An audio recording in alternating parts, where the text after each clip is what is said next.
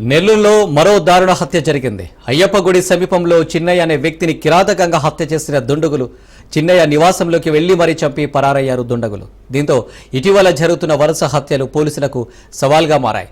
ఉదయగిరి ప్రాంతానికి చెందిన చిన్నయ్య వెటర్నరీ అసిస్టెంట్గా గుర్తింపు పొందారు. అయితే పాత కక్షల నేపథ్యంలోనే హత్య జరిగినట్టు అనుమానాలు వ్యక్తమవుతున్నాయి.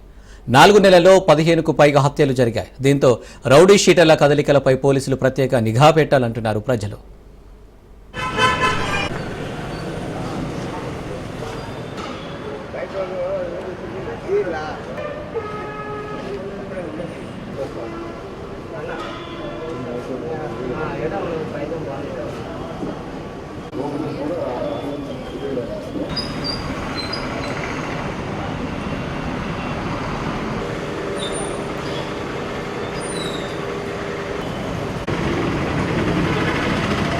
కాదు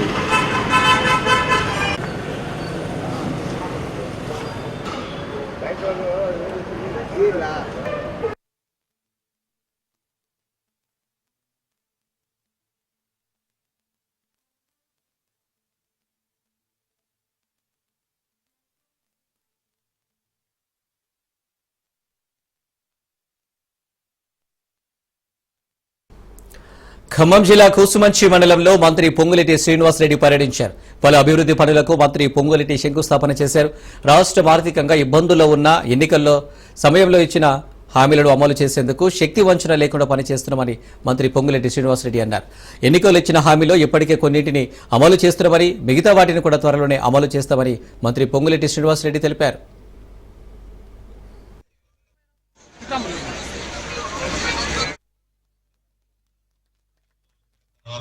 రాష్ట్ర ఆర్థిక పరిస్థితి బాగలేకపోయినా ఇచ్చిన ప్రతి మాటని నెరవేర్చాలని తపనతో గౌరవ ముఖ్యమంత్రి రేవంత్ రెడ్డి గారి నాయకత్వంలోని మన ప్రభుత్వం అన్ని సంక్షేమ కార్యక్రమాలను చేస్తూనే అభివృద్ధిని కూడా ఎక్కడా తగ్గనీయకుండా ప్రతి గ్రామానికి, ప్రతి మండలానికి, ప్రతి నియోజకవర్గానికి సంక్షేమాలు ఎలా చేస్తున్నామో అభివృద్ధిని కూడా చేస్తూ పేదవాడి గోమానికి ఈ అభివృద్ధి సంక్షేమాలని వేసే కార్యక్రమాన్ని ఈనాడు మన ప్రభుత్వం చేస్తూ ఉంది. ఎన్నికల ముందు ఇచ్చిన హామీల్లో కొన్నింటిని పూర్తి చేశాము, ఇంకా కొన్ని చేయాల్సిన అవసరం ఉంది. తప్పకుండా ఇచ్చిన ప్రతి మాటని నెరవేరుస్తూ మన నెలపట్ల గ్రామానికి కూడా అంతర్గతంగా ఇళ్ల ముందు ఉండే సిమెంట్ రోడ్లు ఇప్పుడైన వాటితో కలిపి పెద్ద ఎత్తున చాలా వరకు చేసుకున్నాం. ఇంకా కొద్దిగా అవసరం ఉంది. వర్షాకాలం వచ్చే లోపే వాటిని కూడా ఈ సీజన్ లో పూర్తి చేసే కార్యక్రమాన్ని చేపట్టుకుంటున్నాం. గ్రామంలో హైటెన్షన్ లైన్లు ఉంటే ఇళ్ల మీద వాటిని కూడా తీసేసే కార్యక్రమాన్ని చేపట్టుకున్నాం. ఇందిరమ్మ ప్రభుత్వం వచ్చేటప్పుడు ఎలా తాపత్రయం అన్నారో అదే విధమైన తాపత్రయం భవిష్యత్తులో కూడా ఉండే విధంగా మన ఇందిరమ్మ ప్రభుత్వ పరిపాలన ఉండదని మనస్ఫూర్తిగా మీ అందరికీ తెలుపుతూ చెరువుకు నీళ్లు కావాలని కూడా వీళ్లతో ప్రజల్లో ప్రభుత్వ ఆసుపత్రులపై నమ్మకం, విశ్వాసం పెరిగేలా మెరుగైన సేవలు అందించాలని, ప్రభుత్వ ఆసుపత్రుల బ్రాండింగ్ పెంచాలని మంత్రి దామోదర రాజనరసింహ అధికారులకు దిశానిర్దేశం చేశారు. Rajiv Aarogyasri health care trust కార్యాలయంలో మంత్రి ఉన్నత స్థాయి సమీక్ష నిర్వహించారు. ప్రభుత్వ ఆసుపత్రుల బ్రాండింగ్పై శాఖ కార్యదర్శి క్రిస్టినా పవర్ పాయింట్ ప్రజెంటేషన్ చేపట్టే అంశాలు వివరించారు. రాష్ట్రంలో ప్రభుత్వ ఆసుపత్రుల్లో వైద్య సేవల బలోపేతానికి నిర్దిష్టమైన విధానాలను రూపొందించాలని మంత్రి అన్నారు.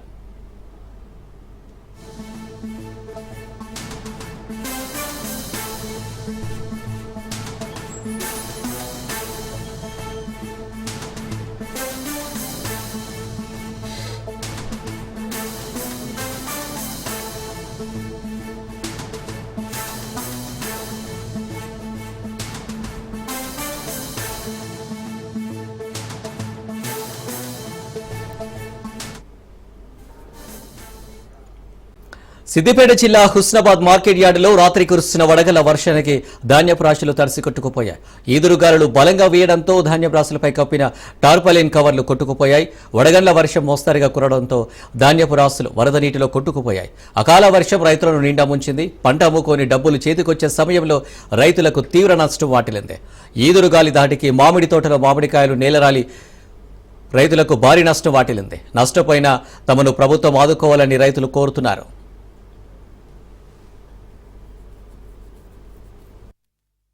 అకాల వర్షాలతో పాటు ఏదైతే వడగళ్ల పడడం వల్ల ఇటు మార్కెట్లో పోసినాయి కానీ ఐకేపీలో పోసినటువంటి వడ్లు పూర్తిగా నానిపోయినాయి. అక్కడ సరైన సౌకర్యాలు లేవు. ముఖ్యంగా ఏంటంటే ఈ ప్రాంతంలో బాగా పండ్ల తోటలు పెడతారు. మామిడి తోటకు పేరు ప్రతిష్టమైంది హుస్నాబాదు. ఈ మామిడి తోటలు గతంలో 3 సార్లు అంటే ఈ ఒక్క సీజన్లో 3 సార్లు అకాల వర్షాలు, ఈదురు కాల్పులు మరియు వడగళ్ళ వాళ్ళతో పూర్తిగా కూడా నష్టపోయినది.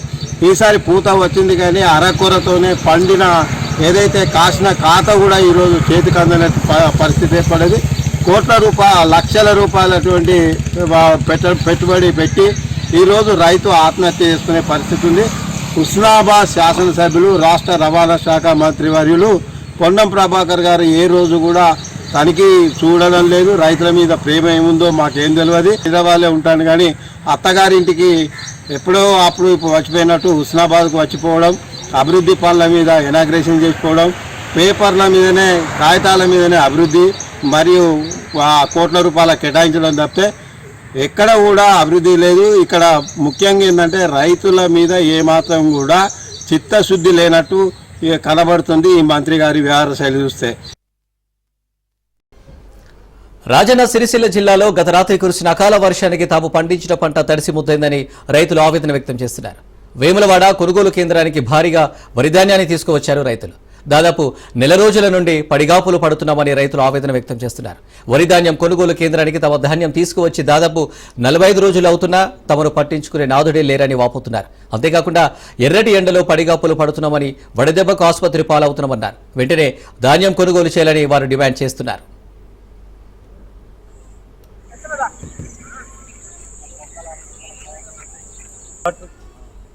ఇక్కడ తెచ్చిపోసుకొని 2 నెలలు, నెల 15 రోజులకు వస్తుంది ఒక్కొక్కరిది. ఎట్లా బతుకుతారు వీళ్ళు? ఎండలు ఎన్ని రోజులు చెప్తారు ఇక్కడ? ఒక్కొక్కరు ఎండలో చేసిపోయి పేషెంట్లు అవుతారు దవాఖానలో పొంటి. ఎట్లా జరిగారు చూడండి. రైతుల్ని ఎందుకు ఇంత ఇబ్బంది పెడతారు? ఎమ్మెల్యే ఉన్నారా లేడా అసలు? చూస్తలేరు ఇక్కడ ఇవి ఎన్ని రోజులు ఉంటాయి అట్లు ఎప్పుడన్నా ఉన్నాయి? ఎట్లా మీరు నుండి ఎందుకు పరిచయం చేస్తారు? ఎందుకు కోసం వచ్చుకుంటారు రైతుల్ని? సాధకపోతే రాజీనామా చేయరు. ఎవడో కొంటాడు, ఎవడో పోతాడు, బయట ఎవడో కొంటాడు పోతాడు. కడియాకు ఎందుకు కడిగేస్తున్నావు? ఏది కడియాకు ఉన్నాయి ఎందుకు? ఎమ్మెల్యేకి గుద్దాకిట్లున్నట్లు ఓడగొట్టుకోకపోయి ఇంకా ఊర్లన్నీ ఎట్లా ఉంటాడు? ఎట్లా చూసేస్తాడు? ఎప్పుడు చూసొచ్చు కొంటాడు? ఈ అట్లుగానే మంత్రి ఎవడో కానీ ఆయనకి తెలివిలే, అసలు మైండ్ పనిచేస్తూనే ఉంటుంది. ఈ రైతులు 2 నెలలు ఉంటాయి అట్లు. ఎవడు ముందుగా ఇప్పుడు అవి నాని అట్లు సుతం తీసుకోవాలి.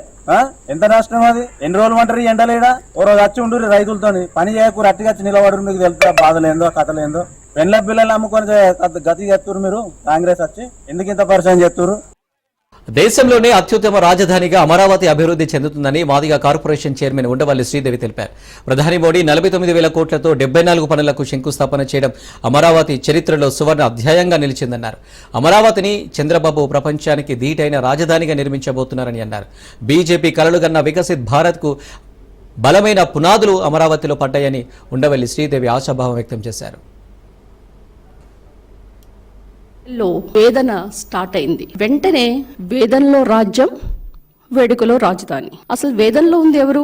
అశేష ప్రజానికం, నాయకులు, ఎన్డీఏ కూటమి ప్రజలందరూ కూడా తరలి వచ్చి పీఎం మోడీ చేతుల మీదుగా మరి అమరావతి పునర్నిర్మాణ ప్రారంభం అయితే మరి ప్రజలందరూ ఎంతో సంతోషంగా ఉంటే, గత ప్రభుత్వంలో మీరు గమనిస్తే కేసులు, ధన ప్రాణ నష్టాలు, ప్రజలు బిక్కుబిక్కుమంటూ బ్రతికిన రోజులు. అప్పటి సీఎం జగన్మోహన్ రెడ్డి గారు ఏమన్నారు? నేను మాట తప్పను, మడమ తిప్పను, విశ్వసనీయతలు, విలువలు మా ప్రభుత్వానికి పెద్ద పెట్టు అని చెప్పే ఆయన అమరావతి మీద 30,000 ఎకరాలు కావాలని చెప్పి మరి ఆయన మాట తప్పాడా?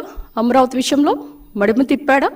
మరి ఈ విధంగా ఈ రివర్స్ అంటే ప్రజలను మభ్యపెట్టేటట్లు ఉన్నదాన్ని విక్రీకరించి మరి ఈ విధంగా రాయటం అనేది ఇక్కడ రాష్ట్ర ప్రజలు గమనించాలి. కృష్ణ శాస్త్రి బాధ ప్రపంచానికి బాధ, శ్రీ బాధ ప్రపంచానికి బాధ అని చెప్తారు. అంటే ఈ యొక్క సూక్తి అనేది సరిగ్గా జగన్మోహన్ రెడ్డి గారికి సరిపోద్ది.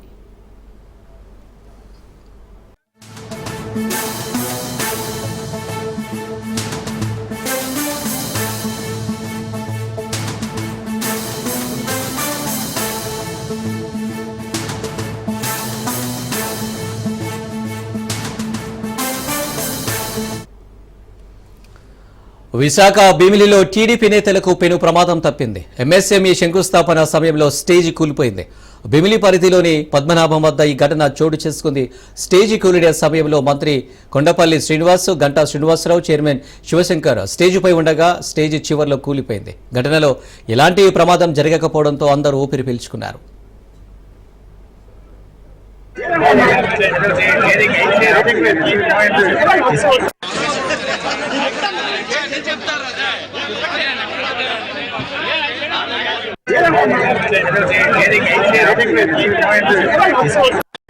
ఓయూ ఆర్ట్స్ కళాశాల వద్ద ఆపరేషన్ కగార్కు మద్దతుగా ఏబీవీపీ ఓయూ శాఖ ఆధ్వర్యంలో మావోయిస్టుల దిష్టిబొమ్మ దహనం చేశారు. కేంద్ర ప్రభుత్వం నిర్వహిస్తున్న ఆపరేషన్ కగార్ను కొనసాగించాలని ఏబీవీపీ నాయకులు తెలిపారు. ఎంతో మంది అమాయకులను పొట్టన పెట్టుకున్న మావోయిస్టులకు మద్దతుగా మాట్లాడుతున్న రేవంత్ రెడ్డి మావోయిస్టు ప్రభావిత కుటుంబాలకు క్షమాపణ చెప్పాలని డిమాండ్ చేశారు. బీఆర్ఎస్ సభలో ఆపరేషన్ కగార్ను ఆపాలని చెప్పిన మాజీ సీఎం కేసీఆర్ సైతం క్షమాపణలు చెప్పాలని డిమాండ్ చేశారు. కేంద్ర ప్రభుత్వం మావోయిస్టులకు ఎందుకు శాంతి చర్చలు జరపాలో చెప్పాలని ప్రశ్నించారు. దేశ భద్రత కోసం పనిచేస్తున్న ఎంతో మంది పోలీసులను మావోయిస్టులు కిరాతకంగా చంపారని ఏబీవీపీ రాష్ట్ర కార్యదర్శి మాచెల రాంబాబు తీవ్ర స్థాయిలో మండిపడ్డారు.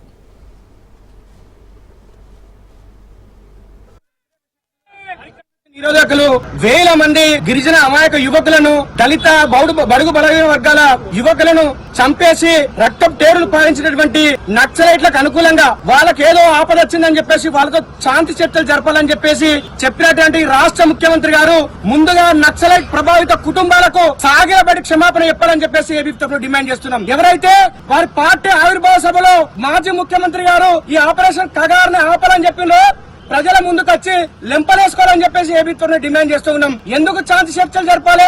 పొట్టకూటి కోసం దేశ అంతర్గత భద్రతను కాపాడుతున్నటువంటి పోలీసు కుటుంబాలను చంపినందుక శాంతి చర్చలు జరిపేది. ఈ దేశం యొక్క రక్షణను వాళ్ళ కుటుంబాలను వదిలేసి ఈ దేశ రక్షణలో భాగమైనటువంటి సైనికులను చంపినందుక వాళ్ళతో శాంతి చర్చలు జరిపేది. ప్రజాప్రతినిధులను, సర్పంచ్లను, గిరిజన ఎమ్మెల్యేలను చంపినందుక రేవంత్ రెడ్డి గారు ఒక్క విషయం గుర్తుపెట్టుకో, నీ పక్కనే నీ మంత్రివర్గ సహచరుడైనటువంటి శ్రీధర్ బాబు నాయుడు వాళ్ళ తండ్రిని చంపినప్పుడు ఆయన అనుభవించిన బాధ ఏందో, డీకే అరుణమినాయుడు వాళ్ళ తండ్రిని చంపినప్పుడు ఆమె అనుభవించిన బాధ ఏందో, ఇలా అనేక మందిని ఈ రాజ్యాంగ వ్యతిరేక శక్తులు అడవులను కేంద్రంగా చేసుకుని వాళ్ళ ఆటలతోని, పాటలతోని, సాంస్కృతిక కార్యకలాపాలతోని అమాయక గిరిజన యువకులను అడవుల పాలు చేసి రక్తం టేలు పాంచి అక్కడ అభివృద్ధిని అడ్డుకుంటే వాళ్ళతో ఛాన్స్ చేపలు. బీజేపీ బీఆర్ఎస్ నేతలపై కాంగ్రెస్ ఎమ్మెల్సీ అద్దంకి దయాకర్ ఫైర్ అయ్యారు. సీఎం రేవంత్ రెడ్డి రాష్ట్ర ఆర్థిక పరిస్థితిపై ఆర్టీసీ ఉద్యోగులకు వివరించే ప్రయత్నం చేస్తారని అన్నారు. దేశం యుద్ధం వైపు వెళుతుందన్నారు. బీజేపీ బీఆర్ఎస్ నేతలు రాజకీయాల కోసం మాట్లాడుతున్నారని అన్నారు. రాష్ట్రానికి ఉన్న 2 కేంద్ర మంత్రులు తెలంగాణకు ఏమి తెచ్చారని ప్రశ్నించారు. కిషన్ రెడ్డి, బండి సంజయ్ తెలంగాణకు దిష్టిబొమ్మలా ఉన్నారని తీవ్ర స్థాయిలో విమర్శించారు. స్పందిస్తున్న తీరు చూస్తే హాస్యాస్పదం. బీజేపీ బీఆర్ఎస్ నాయకులు మాట్లాడుతున్న తీరు చూస్తే రాజకీయాల కోసం మాత్రమే మేము పార్టీలను నడుపుకుంటున్నాం అన్నట్టుగా వ్యవహరిస్తున్నారు. సరే, రాష్ట్రాల్లో ఆ స్థాయి ఆలోచన ఉందా లేదా బీజేపీ బీఆర్ఎస్ నాయకులకు అనేది వాళ్ళు ఆలోచించుకోవాలి. కానీ పిచ్చి కుక్కల్లాగా ఈ అరుసుడు చూస్తే ఏమనుకోవాలనో అర్థం కావట్లేదు. సరే, తెలియని వాళ్ళ అంటే కాదు. ఒక ఆయన ఫైనాన్స్ మినిస్టర్గా చేసిండు గతంలో ఇదే కేసీఆర్ ఇలాకాలో హయాంలో. ఒక ఆయన ఏమో కేంద్ర మంత్రిగా ఎలుగబెడుతున్నాడు. ఒక ఆయన ముఖ్యమంత్రి కొడుకు, నేనే సగం ముఖ్యమంత్రి అని తిరిగిన ఆయన ఒక ఆయన ఇష్టానుసారంగా మాట్లాడుతున్నారు. ఇలా బీఆర్ఎస్ బీజేపీ నాయకులు మాట్లాడడానికి కనీసం బుద్ధితోనన్నా మాట్లాడాలి కదా. ఎట్లాగో నోటి శుద్ధి లేకున్నా సరే ఆర్థిక విధ్వంసం, ఒక రకంగా చెప్పాలంటే ఆర్థిక విధ్వంసం, విస్ఫోటం ఈ రాష్ట్రంలో చేసిన బీఆర్ఎస్ ఇలా తగుదునమ్మా అని మాట్లాడుతున్నాడు. పోతే చెప్పులెత్తుకపోతామని భయపడుతున్నారు. అంటే అంత భయంతో బీజేపీ ప్రభుత్వం ఉంది అని అంటే ఈ చెప్పుల మంత్రికి తలిగింది ఎక్కడో. ఆయనే కదా అమిత్ షా గారి చెప్పులు మోసుకుపోయిన ఆయన. మన టెంపుల్లో, మాంకాళి టెంపుల్లో చెప్పులు మోసిన మంత్రి ఆయన చెప్పుల గురించి ఇలా మాట్లాడుతున్నాడు. మీరు గాని కిషన్ రెడ్డి గారు గాని బహిరంగ చర్చకు వస్తే కేంద్ర ప్రభుత్వం నుంచి మీరు తెచ్చిన, మీరు ఇచ్చిన నిధుల వాటా గురించి తెలుస్తామా? ఎక్కడికైనా రాగలరా? సీఎం రేవంత్ రెడ్డిపై BJP MP Etela Rajender fire అయ్యారు. రేవంత్ కు పాలన చేత కాకపోతే రాజీనామా చేసి ప్రజలకు క్షమాపణ చెప్పాలని డిమాండ్ చేశారు. తెలంగాణను దివాలా తీసిన రాష్ట్రమని సీఎం రేవంత్ రెడ్డి అనడం సరికాదని ఈటెల రాజేందర్ అన్నారు. తెలంగాణ ఆత్మస్థైర్యం దెబ్బతినేలా రేవంత్ వ్యాఖ్యలు చేశారని విమర్శించారు. తెలంగాణ ఎన్నడూ పేద రాష్ట్రం కాదని తెలియజేశారు. 2014లోనే తెలంగాణ సొంత పన్నుల ఆదాయం 29,000 కోట్లు అని తెలిపారు. ఒక వ్యక్తిని ఒక పార్టీని దోషిగా నిలబెట్టేందుకు తెలంగాణను దివాలా రాష్ట్రంగా చూపొద్దన్నారు. ఇప్పటివరకు రేవంత్ సర్కార్ చేసిన అప్పు 1,30,000 కోట్లు అని ఈటెల రాజేందర్ పేర్కొన్నారు. రాష్ట్ర ముఖ్యమంత్రిగా రేవంత్ రెడ్డి గారు మాట్లాడుతున్న మాటలు యావత్ తెలంగాణ సమాజాన్ని తలదించుకునేదిగా చేస్తా ఉంది. వాళ్ళ ఆత్మస్థైర్యం దెబ్బతినేదిగా చేస్తా ఉంది. దేశ చిత్రపటం మీద గొప్పగా వెలుగొందిన తెలంగాణ, అభివృద్ధి చెందుతున్న తెలంగాణ, ప్రపంచంలోనే అమెరికా లాంటి దేశంలో గొప్పగా పాత్ర నిర్వహిస్తున్న తెలంగాణ బిడ్డల యొక్క ఆత్మస్థైర్యం దెబ్బతీసేదిగా ఉంది. తాను దిగజారిపోయి మొత్తం తెలంగాణ సమాజమే దిగజారిపోయిందని చెప్పే ఆత్మీయత భావంతో కూడిన మాటలు మాట్లాడుతున్నాడు. తెలంగాణ ఎన్నడూ కూడా పేదది కాదు. తెలంగాణ పేదరికంలో ముంచబడ్డదని చెప్పి 100 సార్లు మేము మాట్లాడినాం. ఇవాళ తెలంగాణ స్వయంగా అభివృద్ధి చెందిన ప్రాంతం ఇది. వ్యవసాయ రంగంలో కావచ్చు, ఇన్ఫ్రాస్ట్రక్చర్ రంగంలో కావచ్చు, సేవా రంగంలో కావచ్చు, ఐటీ రంగంలో కావచ్చు, ఈ హైదరాబాద్ మించింది లేదని చెప్పి ఆనాడు మేము అనేక సార్లు ఉపన్యాసం ఇచ్చినాం. అలాంటి రాష్ట్రాన్ని ఒక వ్యక్తిని దృష్టిలో పెట్టుకొని, ఒక పార్టీని దృష్టిలో పెట్టుకొని ఇవాళ ఇది దివాలా తీసిందని చెప్పి పదే చెప్పడం ద్వారా ఆయన దివాలా కోరుతనం ఏందో అర్థమైపోయింది. పరిపాలించే చేతగాక, చేయలేక, అనుభవం లేక, ఏది మాట్లాడాలో ఏది మాట్లాడకూడదో, ఏది చేయాలనో ఏది చేయకూడదో ఆ గంభీరత లేనటువంటి రేవంత్ రెడ్డి ఇవాళ చివరికి తెలంగాణ రాష్ట్రాన్ని ఒక దివాలాకోరు రాష్ట్రంగా, తెలంగాణ ప్రజల్ని ఎందుకు పనికిరాని వాళ్ళుగా ఇవాళ చిత్రీకరించే ప్రయత్నం చేయడాన్ని. డీటెయిల్స్ చూద్దాం. జనగామ జిల్లా వ్యాప్తంగా గాలివాన బీభత్సం సృష్టించింది. ఉరుములు మెరుపులతో కూడిన భారీ వర్షం పడింది. దీంతో వర్షానికి ధాన్యం పూర్తిగా తడిసి ముత్తైంది. వరి కుప్పలు పూర్తిగా నీట మునిగాయి. వెంటనే రైతులకు సరిపడా బ్యాగులు ఇచ్చి వడ్లు కొనుగోలు చేయాలని డిమాండ్ చేస్తున్నారు. లేని పక్షంలో ధర్నా చేయడానికి సిద్ధమంటున్నారు రైతులు.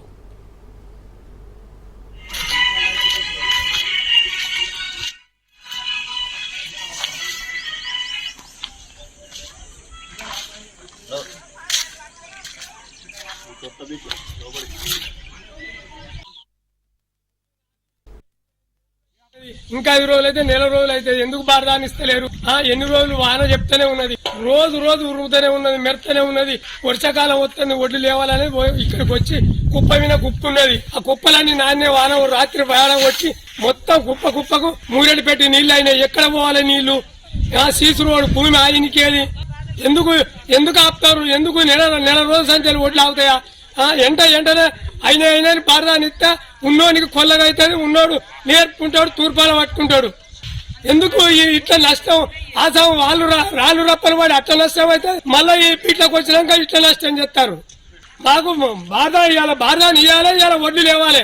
మొత్తం రైతులంతా రేగమైతేనే ఈ వడ్లు లేవాలన్నా, ఓసారి ఇట్లా అయితేనే మొత్తం పచ్చి అని లేపారు. అప్పుడే ఎంటనే లారీలు వచ్చాయి, చైర్మన్ వచ్చాడు, పెద్దలు వచ్చారు, ఎంటనే బారదాన్ని ఇప్పించారు. ఎంటనే గత లారీలు వచ్చినాయి, కాటకేసారు, పోతూనే ఉన్నాయి. ఇలా పని అయితేనే ఈ వడ్లు ఎత్తాయి. వడ్లు నాని 20 ఏసీబీ వలలో మరో అవినీతి చేపచిక్కింది. Singareni main workshop driver గా పనిచేస్తున్న అన్నబోయిన రాజేశ్వరరావుపై అవినీతి ఆరోపణలు వినిపించాయి. రాజేశ్వరరావు ఉద్యోగాలు ఇప్పిస్తారని, మెడికల్ అన్ఫిట్ చేయిస్తారని, బదిలీలు చేయిస్తారని సుమారు 50 లక్షలు వసూలు చేసినట్లు అందిన సమాచారంతో ఏసీబీ దాడులు నిర్వహించారు. నిందితుడితో పాటు మరో కొంతమంది బృందాలుగా ఏర్పడి అక్రమాలకు పాల్పడుతున్నట్లు ఆరోపణలు వచ్చాయి. కొత్తగూడెంలో రాజేశ్వరరావును అదుపులోకి తీసుకున్న ఏసీబీ డీఎస్పీ వై రమేష్ విచారణలో మరో కొంతమంది పేర్లు తెరపైకి వచ్చే అవకాశం ఉన్నట్లు తెలుస్తుంది. దీనిపై మరింత సమాచారం మా ప్రతినిధి నవీన్ అందిస్తారు. ఏసీబీ అధికారుల వరుస దాడులతోటి భద్రాద్రి కొత్తగూడెం జిల్లా అవినీతి అధికారుల వెన్నులైతే వణుకు మొదలైందని కూడా చూడొచ్చు. అదేవిధంగా మనం ఈ రోజు చూసుకుంటే ఏసీబీ అధికారులు దాడి చేసిన దాంట్లో ఇటు సింగరేణి వర్క్ షాప్ కు సంబంధించి డ్రైవర్ గా పనిచేస్తున్నటువంటి అన్నబోయిన రాజేశ్వరరావును ఏసీబీ అధికారులు అదుపులోకి తీసుకున్నట్లుగా మనకు సమాచారం అందుతుంది. అయితే పూర్తి వివరాల ప్రకారం ఏదైతే ఇక్కడ పనిచేస్తున్నటువంటి అన్నబోయిన రాజేశ్వరరావు ఇటు ఉద్యోగాలు సింగరేణి పరంగా సంబంధించి ఉద్యోగాలు ఇప్పిస్తామంటూ, ట్రాన్స్ఫర్ చేపిస్తామంటూ, అదేవిధంగా ముఖ్యంగా ఏదైతే సింగరేణిలో పెద్ద సమస్యగా మారినటువంటి మెడికల్ అన్ఫిట్ కు సంబంధించి మెడికల్ అన్ఫిట్ కూడా చేపిస్తామంటూ పలువురు దగ్గర నుంచి డబ్బులు వసూలు చేసినట్లుగా మనకి సమాచారం తెలుస్తున్న పరిస్థితి కూడా ఉంది. ఈ నేపథ్యంలో ఈయన సుమారు ఒక 50 లక్షల రూపాయల వరకు కూడా వసూలు చేసినట్లుగా కూడా మనకు తెలుస్తుంది. అయితే ఈ అన్నబోయిన రాజేశ్వరరావు వెనుక ఏదైతే ఒక ముఠాగా ఏర్పడి ఈ కార్యక్రమాలన్నీ కూడా చేస్తున్నట్లుగా కూడా మనం చూడొచ్చు. అయితే ఈ యొక్క ముఠాకు సంబంధించి ఏదైతే సింగరేణిలో అంటే అవినీతికి పాల్పడి డిస్మిస్ అయినటువంటి ఒక ఉద్యోగి పేరు ఉన్నట్లుగా సమాచారం అందుతున్న పరిస్థితి కూడా ఉంది. ఆయన ఏదైతే డిస్మిస్ అయిన తర్వాత సింగరేణిలో ఉన్నటువంటి ఉద్యోగస్తులందరినీ గుప్పిట్లో ఉంచుకొని ఈ యొక్క అక్రమాలకు తెరలేపుతున్నట్లుగా కూడా చూడొచ్చు. అయితే ఆయన గతంలో పనిచేసినప్పుడు కూడా ఇటువంటి ఆరోపణలు ఎదుర్కొని ఆయన అయితే ఈ యొక్క సంస్థ నుంచి డిస్మిస్ అయిన పరిస్థితి కూడా ఉంది. ఈ నేపథ్యంలో ఏదైతే ఇటు డ్రైవర్ గా ఉన్నటువంటి అన్నబోయిన నాగేశ్వరరావు కావచ్చు, లేకపోతే మరికొందరిని ఉపయోగించి కూడా ఈ యొక్క ఉద్యోగాలకు సంబంధించి ఇటు అన్ఫిట్ చేపించడం, అంటే ఇప్పుడు ఏదైతే మనం చూసుకుంటే సింగరేణిలో ముఖ్యంగా మనం చూసుకుంటే ఈ యొక్క మెడికల్ అన్ఫిట్ అనేది పెద్ద భూతంగా కనిపిస్తుంది. ఏదైతే సింగరేణి ఉద్యోగులు ఆరోగ్యపరంగా ఫిట్ గా ఉన్నప్పటికీ కూడా అన్ఫిట్ కోరుకొని అక్కడ ఉన్నటువంటి అవినీతికి పాల్పడుతున్న పరిస్థితి కూడా ఉంది. దీనికి వీరు ఏదైతే ఇప్పుడు ఇక్కడ ఉన్నటువంటి సింగరేణిలో కొంతమంది ఉద్యోగులు దీనికి సపోర్ట్ చేస్తున్న పరిస్థితి కూడా ఉంది. ఈ నేపథ్యంలో సింగరేణి ఉద్యోగస్తుల ఫిర్యాదు మేరకు ఏసీబీ డిఎస్పీ రమేష్ ఆధ్వర్యంలో దాడులు నిర్వహించారు. అంటే దాడులలో ఈ యొక్క డ్రైవర్ గా పనిచేస్తున్నటువంటి అన్నబోయిన నాగేశ్వరరావు అయితే అడ్డంగా దొరికినట్టుగా కూడా మనం చూడవచ్చు. అయితే ఇప్పుడు ఆయనని విచారిస్తున్న పరిస్థితి కూడా ఉంది. ఈయనతోటి పాటు మరికొంత ముఖ్యములు ఏదైతే సింగరేణిలో ఈ యొక్క అవకతవకలకు పాల్పడుతున్నారో వారందరి పేర్లు కూడా బయటపడే అవకాశం ఉన్నట్లుగా కూడా తెలుస్తుంది. ఏది ఏమైనప్పటికీ కూడా జిల్లా వ్యాప్తంగా ఏసీబీ అధికారుల దాడులు అయితే మాత్రం ఎవరైతే అవినీతికి పాల్పడుతున్నారో వారి పరంగా అయితే మాత్రం వణుకు పుట్టించేదిగా చూడొచ్చు. కెమెరామెన్ ఆనంద్తో నవీన్, రాజ్ న్యూస్, భద్రాద్రి జిల్లా. అంబేద్కర్ కోనసీమ జిల్లా అంబాజీపేట మండలం గంగలకుర్రులో అకాల వర్షానికి ధాన్యం తడిసి ముద్దైంది. కళ్ళాల్లో ఆరబెట్టిన ధాన్యం, చేలల్లో మునిగిన వరి పనులను వైసీపీ శ్రేణులు పరిశీలించారు. తడిసిన ధాన్యాన్ని ప్రభుత్వం వెంటనే కొనుగోలు చేయాలని డిమాండ్ చేశారు. నియోజకవర్గంలో 6 లక్షల మెట్రిక్ టన్నుల ధాన్యం పండించగా 2 లక్షల మెట్రిక్ టన్నుల ధాన్యంని కొనుగోలు చేశారని ఆరోపించారు.